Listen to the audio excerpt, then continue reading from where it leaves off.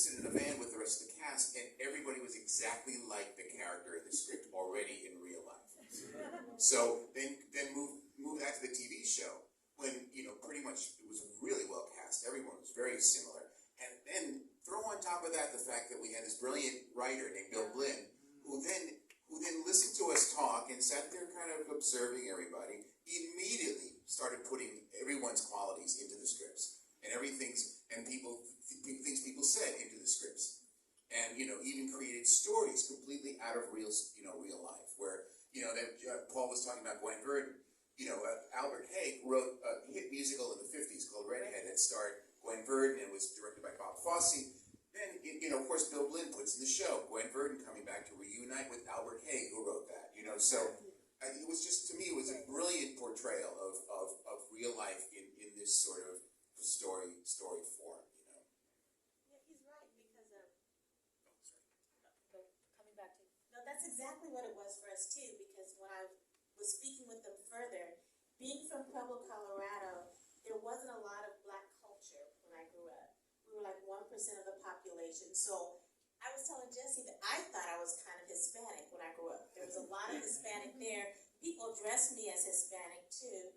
But I didn't know I was a black woman, but I didn't know my culture. I didn't know what we had contributed to Americans. So they were saying, you know, we're going to the Apollo. And I'm like, what's the Apollo? And they're like, you don't know what the Apollo Theater is?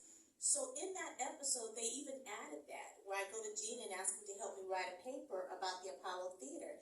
He goes, you've never been there? He's like, where you been? I'm like, in Pueblo, Colorado. Now you gonna help me or not? And it's a great episode, and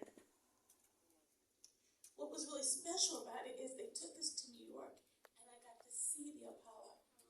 And I finally got the chance to see all those beautiful black stars that came before me and feel that magic in the halls. And I don't think that ever would have happened if I hadn't been on Fame. And they weren't sensitive to the fact that you need to know this, and we're going to help you get there.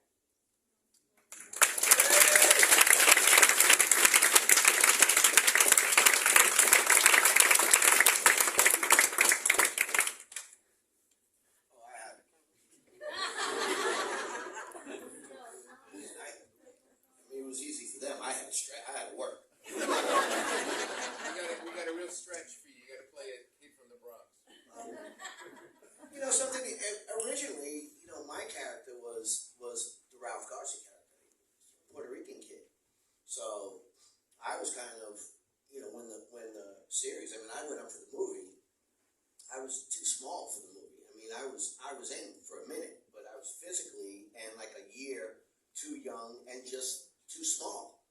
So when the series came about, you know, I remember they had called and I didn't do the pilot. The pilot was cast, and was that character the Ralph Garcia? Ralph Garcia, yeah. He was the Ralph Garcia character.